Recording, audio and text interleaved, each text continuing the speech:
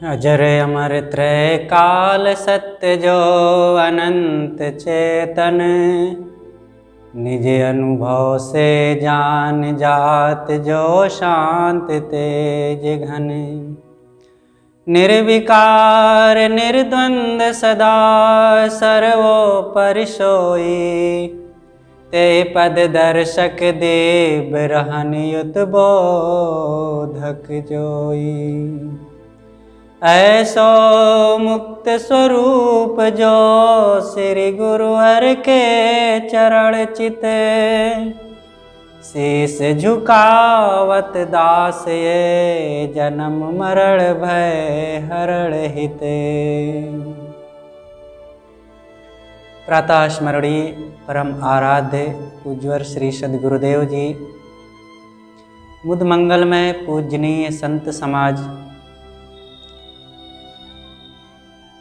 धर्म प्रेमी सम्माननीय भक्त सज्जनों और भक्तिमयी श्रद्धा मूर्ति माताओं बहनों तथा प्यारे बच्चों, आज इस कार्यक्रम में आप सब लोग आए, हम आप सबका हार्दिक स्वागत करते हैं।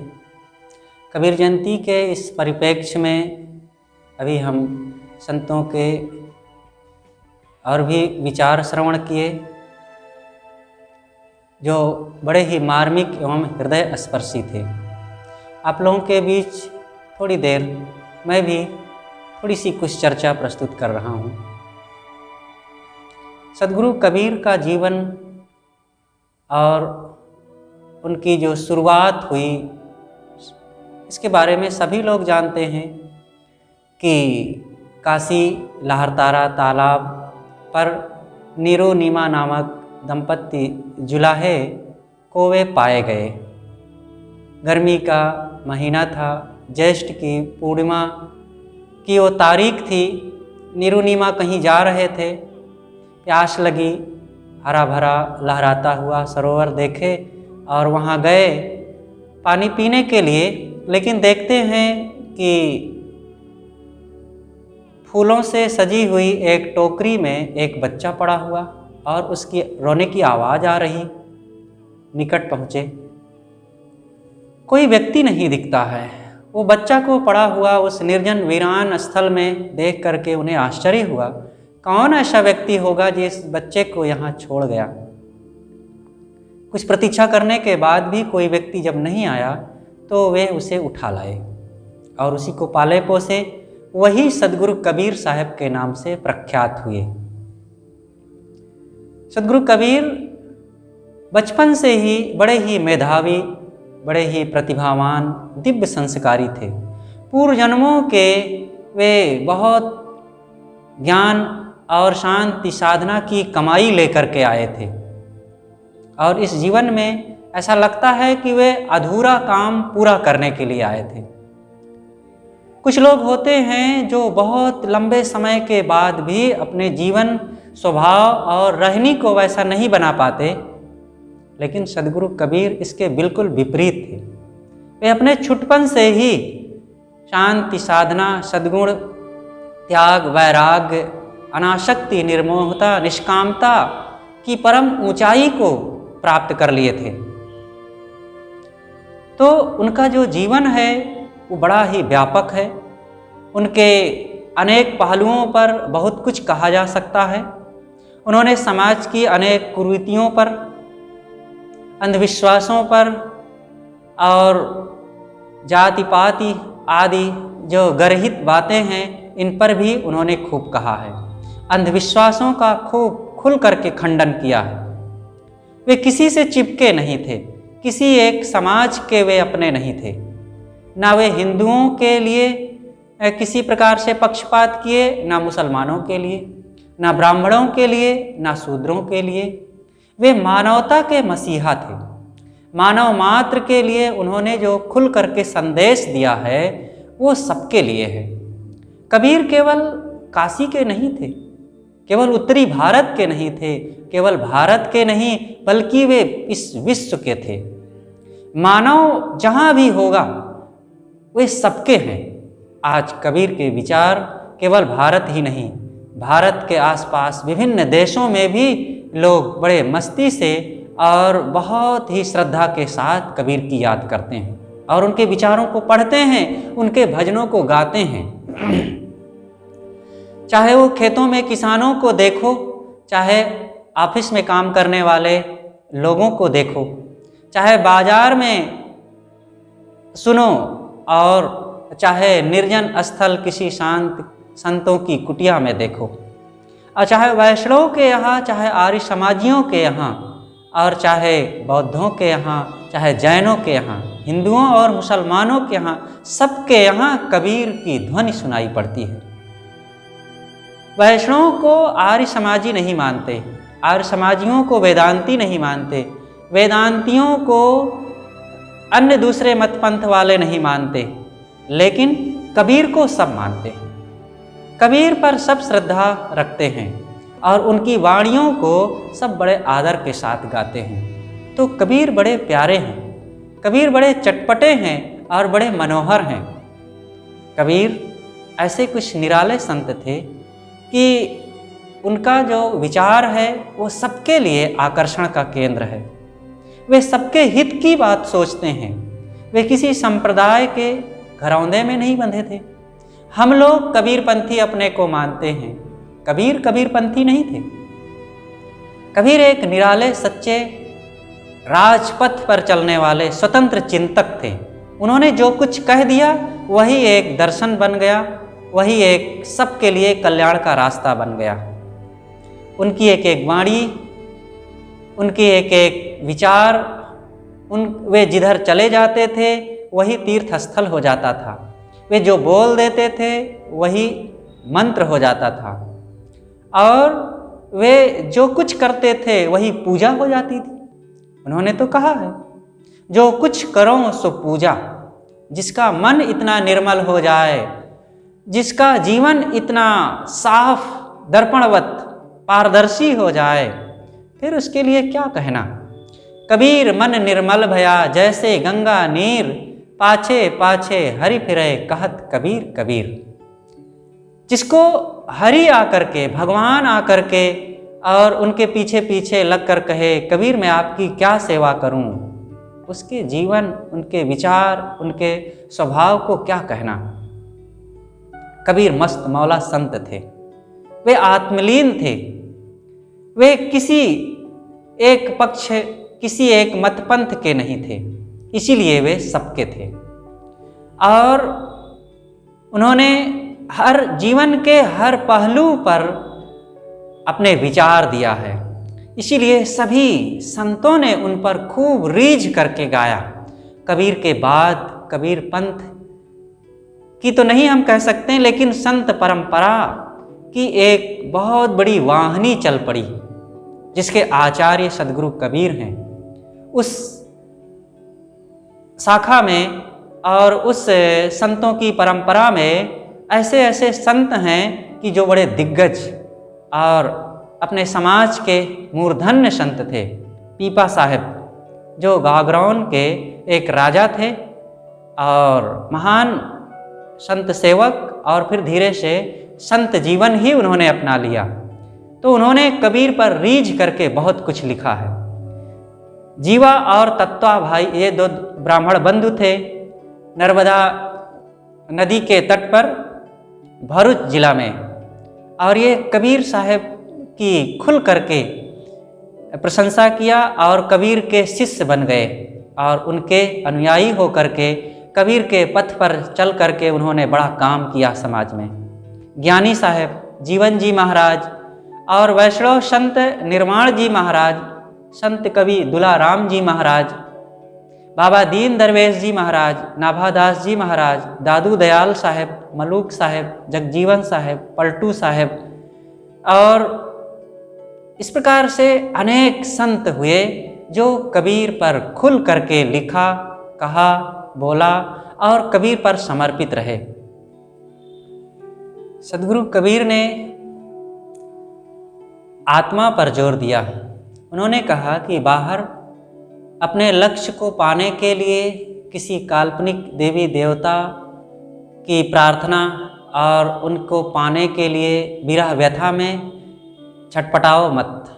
बल्कि अपने अंदर पहचानो। तुम्हारी जो आत्मा है वही परमात्मा है, वही तुम्हारा लक्ष्य है। उस अपने लक्ष्य को बाहर नहीं, बाहर से जो मिलता है वो छूट जाता है। बाहर से कोई भगवान आ जाए, सुंदर सुंदर हाथ पैर वाला, 4 हाथ वाला, 8 हाथ वाला, शंखधारी, गदाधारी, चक्रधारी, पद्मधारी आ जाए तो वो कितना देर आपके पास रहेगा, फिर चला जाएगा। लेकिन जो आपके अंदर आत्मा विराजमान है वो नित्य है, वो अविनाशी है, वो एकरस है, दिव्य है। इसलिए उस आत्मा को पहचानो, कहीं अलग से भगवान भवानी के लिए भटको मत। इस प्रकार से कबीर के विचार आत्म केंद्रित हैं। वे कहते हैं, पानी में मीन पियासी, मुझ सुनी सुनी आवे हांसी, आत्मज्ञान बिना नर भटके, कोई मथुरा कोई काशी। तो जैसे मछली पानी में हो और प्यासी फिरे, वैसे ही हमारी दशा है। हमारा जो प्राप्तव्य है, हमारा लक्ष्य है, हमारे अंदर है और हम उसे बाहर खोजते फिर रहे हैं। मंदिर में, मस्जिद में, गिरजाघरों में और तीर्थों में, नदियों में, पेड़ पहाड़ों में खोजते हैं, आकाश में, समुद्र की तरंगों में निहारते हैं कि वहाँ हमारा भगवान मिल जाएगा। बाहर कहीं नहीं है। अपने आप को पहचाने, इसके लिए सदगुरु कबीर की वाणियाँ तो सैकड़ों सैकड़ों वचन हैं। वे कहते हैं, जय खोजत कल्पो गया, घटई माय सो मूर, बाड़ी गर्भ गुमानते ताते परि गई दूर।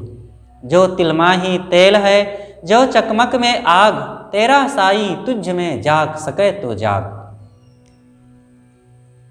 धोबिया जल बिच मरत पियासा, जल में ठाड़ पिए नहीं मूर्ख, अच्छा जल है खासा। इस प्रकार से साहब ने बारंबार अंदर की ओर लौटने को कहा है, बाहर नहीं। बाहर जो कुछ है वो सब छूटने वाला है। ये संसार है, जड़ जगत का पसारा है। अगर बाहर ही देखना है तो सगुण के रूप में इन प्राणियों में भगवान को देखो और उनकी सेवा करो। साहब ने कहा है, सरगुण की करी सेवा, निर्गुण का करु ज्ञान, सरगुण निर्गुण से परे तहाँ हमारा ध्यान।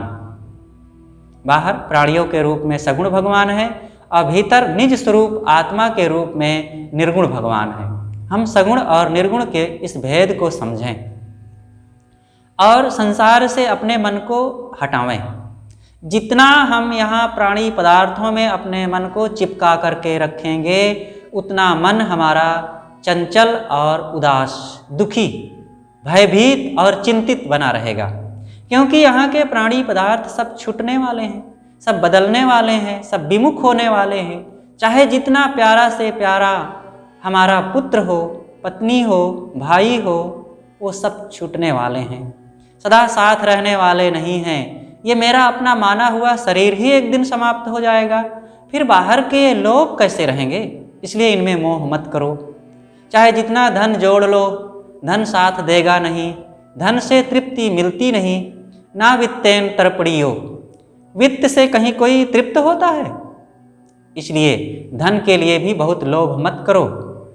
उपनिषद चिंतक कहते हैं, ईशावास्यम इदं सर्वं यत्किं जगत्याम जगत, तेन त्यक्तेन भुंजेथा मा गृद्धा कश्चित् धनम।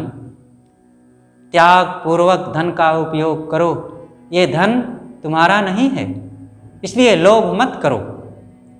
तो ऋषियों के भी वही वचन हैं। कबीर चिंतन और उपनिषद चिंतन बिल्कुल एक समान है। ऋषियों ने भी आत्मज्ञान पर जोर दिया है और कबीर साहब की वाणी ही शुरू होती है आत्मज्ञान से। वे कहते हैं, अंतर ज्योति शब्द एक नारी, हरि ब्रह्मा ताके त्रिपुरारी। इसलिए हम आत्मज्ञान पर अपने मन को लगावें और उसी का चिंतन मनन करें।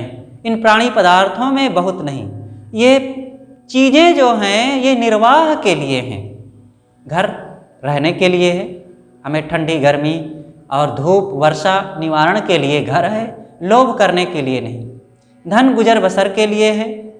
साहब ने कहा है कि साईं इतना दीजिए जामे कुटुंब समाए, मैं भी भूखा ना रहूं साधु न भूखा जाए। धन इतना तो होना ही चाहिए कि गुजर बसर हो, बाल बच्चों को खिला सकें, हमारे आश्रम परिवार में और संत गुरुजनों के बीच में कोई भक्त आ जाएं, संत आ जाएं, उनकी हम सेवा कर सकें, इतना तो चाहिए। लेकिन अब इतना अधिक चाहिए, लाखों की संपत्ति जोड़ जोड़ करके इकट्ठा करते जाएं। आजकल मंदिरों की क्या दशा है, ये पंडे पुजारी लोग तीर्थों में, मंदिरों में खूब पब्लिक का धन इकट्ठा कर करके सोना चांदी के रूप में बैंकों में जमा कर करके भर रखे हैं। ये क्या समझ रखे हैं जीवन को?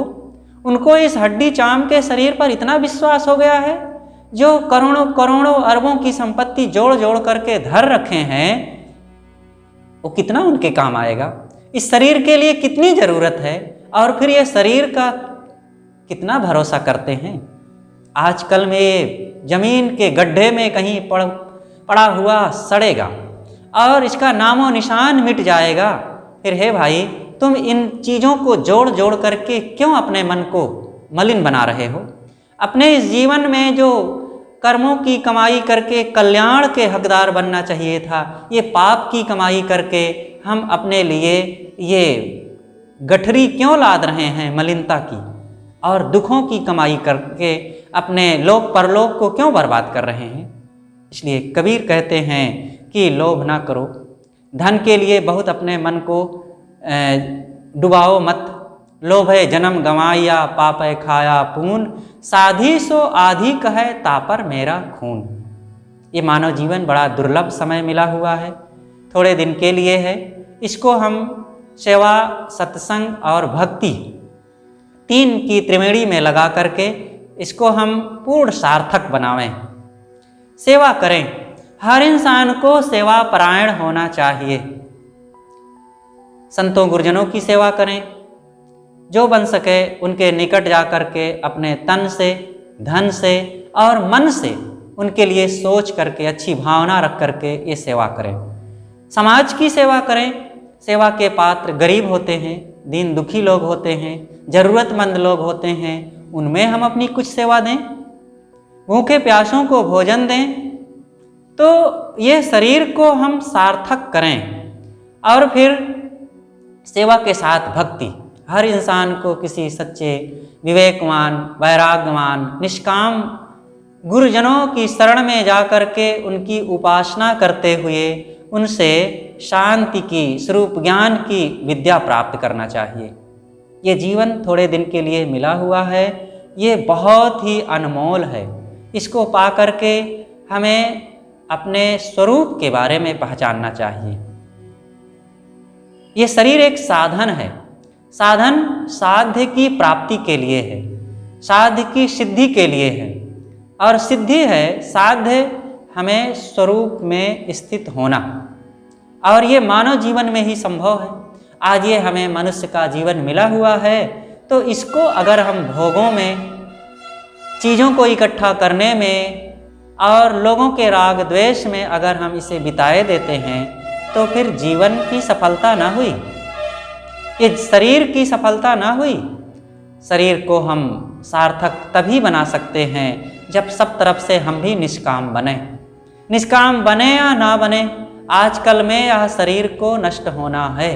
देखते नहीं हैं, बचपना बीत गया, जवानी बीती जा रही है, बुढ़ापा बड़ी तेजी से चला आ रहा है, और फिर रोग भी कुपित होकर के दौड़ते चले आ रहे हैं। कब कौन सा रोग आ धमक पड़े और शरीर निष्क्रिय हो जाए, हाथ पैर व्यर्थ हो जाएं, कह नहीं सकते हैं। इसलिए जल्दी से अपने कल्याण की हमें चिंता करनी चाहिए और इस तरफ गति होनी चाहिए।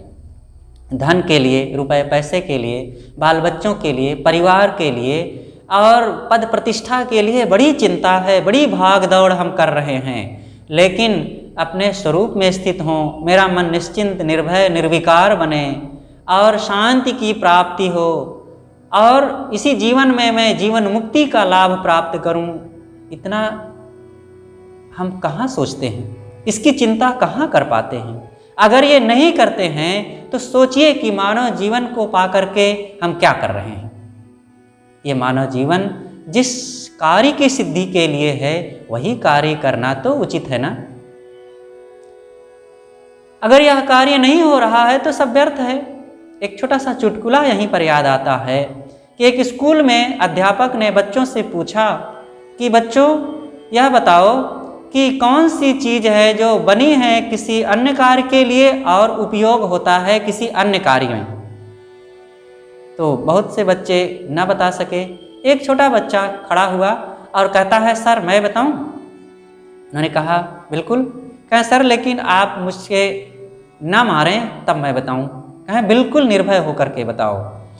बच्चे ने कहा कि सर आपके हाथ में जो ये स्केल है, पटरी, ये बनी है लाइन सीधी खींचने के लिए, लेकिन आप उपयोग करते हैं हमें मारने के लिए। सब लोगों में हंसी हुई, अध्यापक महोदय भी हंसे। उन्होंने कहा बेटा तुम सच कहते हो, यह तो एक चुटकुला हुआ, लेकिन हमारे जीवन में भी तो यही घटना घटती है। ये जीवन मिला है भजन करने के लिए, लेकिन हम धन कमा रहे हैं, हम जीवन में पद प्रतिष्ठा के लिए भाग रहे हैं, मान सम्मान के लिए भाग रहे हैं और लोगों से राग द्वेष करने में अपने समय को गंवाए दे रहे हैं, इंद्रियों के भोगों के पीछे भाग रहे हैं। क्या यही हमारे जीवन की उन्नति है? साहब यही करने के लिए रोकते हैं। वो कहते हैं मानुष जन्म दुर्लभ है बहुरी न दूजी बार, पक्का फल जो गिर पड़ा बहुरी न लागे डार। ये मानव जीवन दुर्लभ अवसर मिला हुआ है, ये पुनः मिले नहीं कह सकते हैं। ये तो वैसे ही है जैसे पके हुए फल पेड़ से एक बार गिर जाने के बाद पुनः वो डाली में जैसे नहीं लगते हैं, वैसे ही ये हमारा शरीर है। इसमें से आत्मा निकलने के बाद इस शरीर में पुनः फिर वो आत्मा लौट करके नहीं आ सकता है। तो हमारे लिए, इस जीव के लिए ये शरीर में आना कितना महत्वपूर्ण है। आज का वो समय मिला हुआ है, पुनः फिर ये शरीर हमें मिले नहीं कह सकते।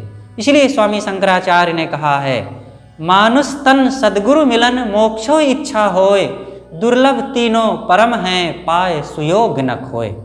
ये मनुष्य शरीर का मिलना, सद्गुरु का मिलना और फिर मोक्ष की इच्छा होना कितना दुर्लभ है। लाखों लोगों को मनुष्य शरीर मिला है, लेकिन सोचिए सद्गुरु कितने को मिले हैं। सद्गुरु के अभाव में उनका जीवन कैसे कैसे भटक रहा है। जाको सद्गुरु ना मिला व्याकुल दहु दिस धाय, आँख न सूझे बावरा घर जरे घूर बुताए। सद्गुरु के अभाव में उनका खान पान, जीवन आचरण, रहन सहन कैसे कैसे लोगों का सब बर्बाद हो रहा है।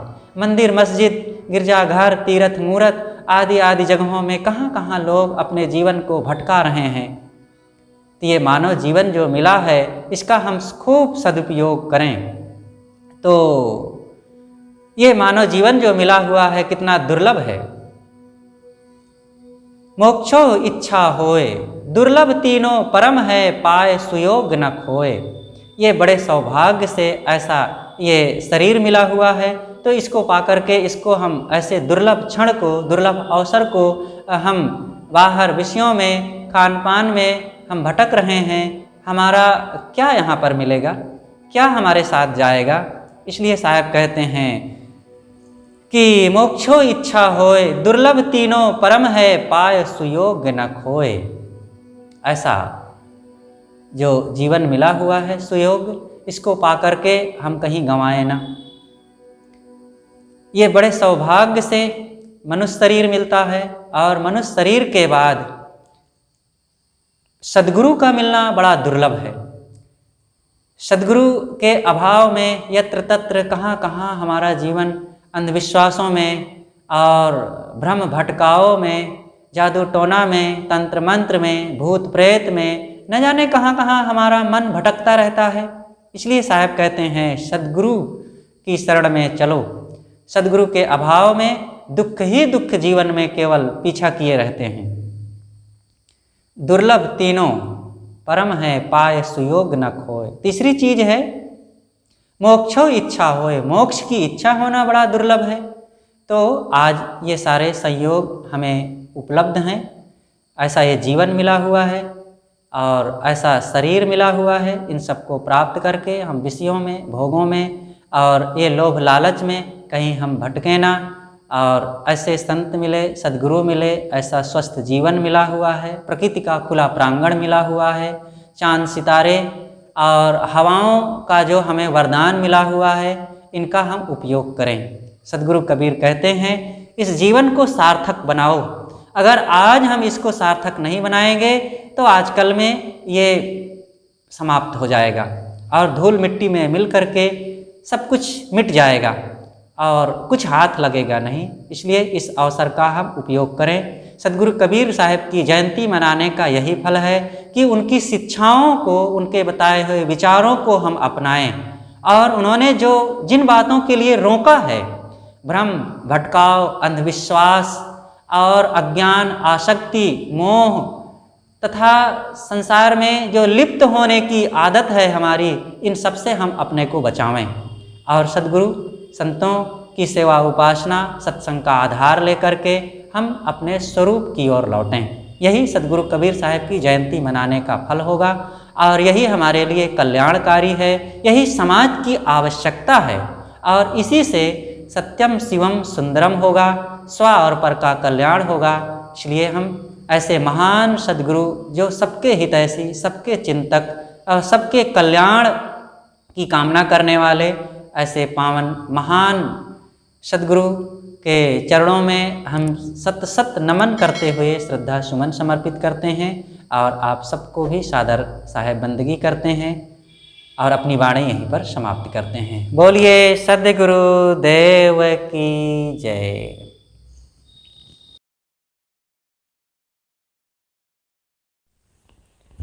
हमारे YouTube चैनल से बराबर आप भजन एवं सत्संग सुनते रहते हैं, इसके लिए हम आपके बहुत बहुत आभारी हैं।